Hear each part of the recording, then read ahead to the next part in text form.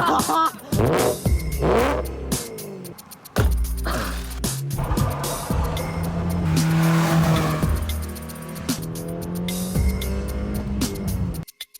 Boys Media. I am filming in a office right now because it's loud as hell out there. Loud as hell out there and you can't hear me. But today we're working on a new project, a personal project, which is mine. Oh my god, this door's broken. We're working on a 2001 325 IS 5-speed manual. Drift project, you say? Yes, it indeed is. So, it needs some work. It runs really, really rough at idle and kind of in general. It needs a drive shaft center support bearing, which I have in that red box. It needs, what else? Oh, that's like the tape for it or whatever. It said to buy that tape on FCP Euro. I don't know. It needs a valve cover gasket. Well, it probably does. I'm not really sure. It has a vacuum leak issue and it runs rough, and there's a couple things that lead to it. It's misfiring, which also can be related to a valve cover gasket, I've read. So I got valve cover gasket parts. There's a valve cover gasket, and I got new spark plugs. So today, all I can really do right now is we're gonna do spark plugs and we're gonna do a valve cover gasket, and we're gonna see how much that fixes this thing, because it runs horribly and it barely runs. It kind of does, but it kind of doesn't. So we're just gonna get working on it. We're gonna see what it needs. There's some oil leak down there. Looks like valve cover gasket maybe. I don't know. It needs some stuff. I also need a power steering pump hose. It doesn't have power steering, and I have a hose for it. Oh, it's also in there. I got all the parts off of FCP Euro. This came off eBay, and so did the just the valve cover gasket came off of eBay. Oh, and the power steering pump hose. But everything else came from FCP Euro. So we're gonna get started. I'm the only one here, so it's gonna kind of be hard to film by myself and get everything. I should probably have Colin up here sometime with me, but as of right now I don't. So we're just gonna get started. So far, I need to take this thing off, which is I think the cabin air filter, honestly, and then that will help me get the bolts for the valve cover, and we'll get the valve cover gasket off, replace it, and then we'll do the plugs while it's off. So let's get started. 6 of the coil packs out. They're sitting over there. 2 of them I'm pretty sure are not factory, which are that one and that one, because they're different. I'm guessing they've been replaced at some point. And I'm just working on getting everything else off. Yeah, okay, yeah. So I got the wiring loom for the coil packs off. Just got these wires kind of loose. I haven't started taking the bolts off for the valve cover yet, so I'm about to do that. This broke.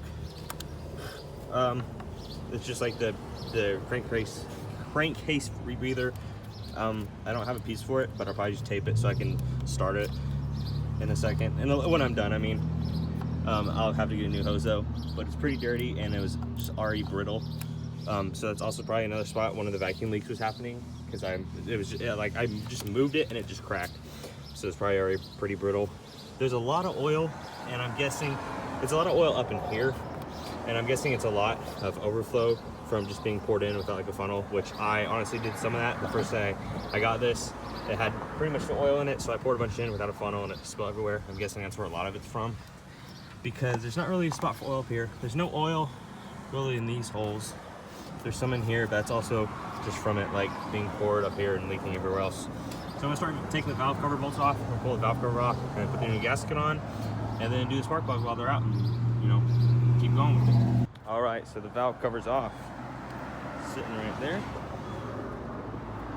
And here's under it. It's not dirty like I thought. I was kind of expecting a lot more gunk and maybe, you know, some condensation, kind of coolant and oil mixture. I mean, not really, don't think there's anything wrong with it, but I was kind of expecting it to be more dirty. It's just kind of some dry oil.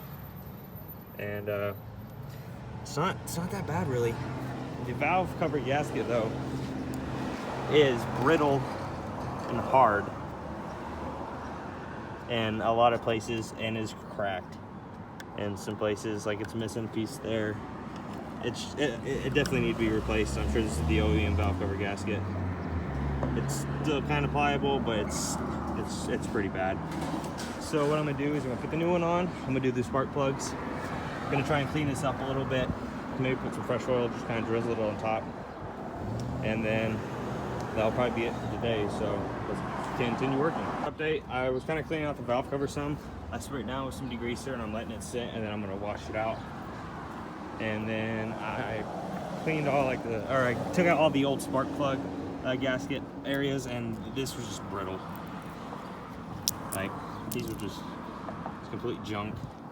I have the hood kind of closed because it was sprinkling a little bit, but I'm gonna let that finish, and then I'm gonna put all the new like little rubber grommets in, put the new valve cover gasket in, get it all situated, and the spark plugs, and then I'm gonna reassemble everything back together, and then we'll go from there.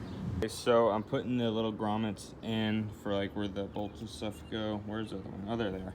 Just in. I got the spark plugs all done. I didn't film that because it's just me by myself. There's a ratchet sitting there, but they're kind of bad. They definitely need to be done. I don't know any maintenance history on this car, so good thing I did them. Valve cover definitely need to be done. So did just the little rubber pieces on this thing definitely need to be done. I'll probably get to them slowly and do what needs to be done, but the valve cover gasket's done. It's sitting there. It's kind of big. I don't know why. It's the right one, but it'll probably be fine once it goes on the car. So let's get this all reassembled. I'll try and start it. Two of the rubber hoses broke on it as I was taking it apart, so I might try and start it with it and see if it does anything, but it might even just cause a bigger vacuum leak, so I don't know, but let's get to that. All right, so I got everything put back together. All the coil packs back in, wiring looms reset. Oh wait, I gotta move all these cables and stuff, kind of reroute them back where they were, but everything's back together. I'm gonna start it. I think I'm gonna try and start it. You guys probably, I don't know if it will really have done anything, because I know I created another vacuum leak here and another one here probably because those hoses snapped.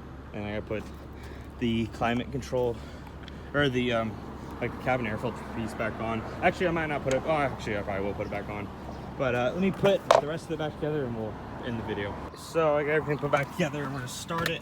Pretty much what it was doing, when it was idling kind of between 1,000 and 0.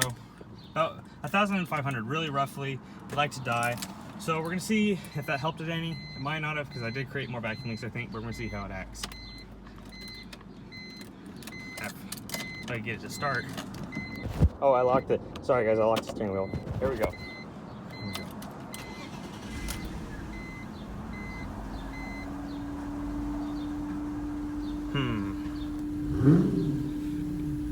Well, it definitely is better, because it would do it pretty much all the time. It still is surging a little bit, but not as bad as it was last time. Oh, it's pretty low. Oil light's back on. Well, we'll just keep messing with it. Thanks for watching, guys, and we'll see you guys in the next video when we, I don't know, either work on this more or go mess around on columns. So, thanks for watching.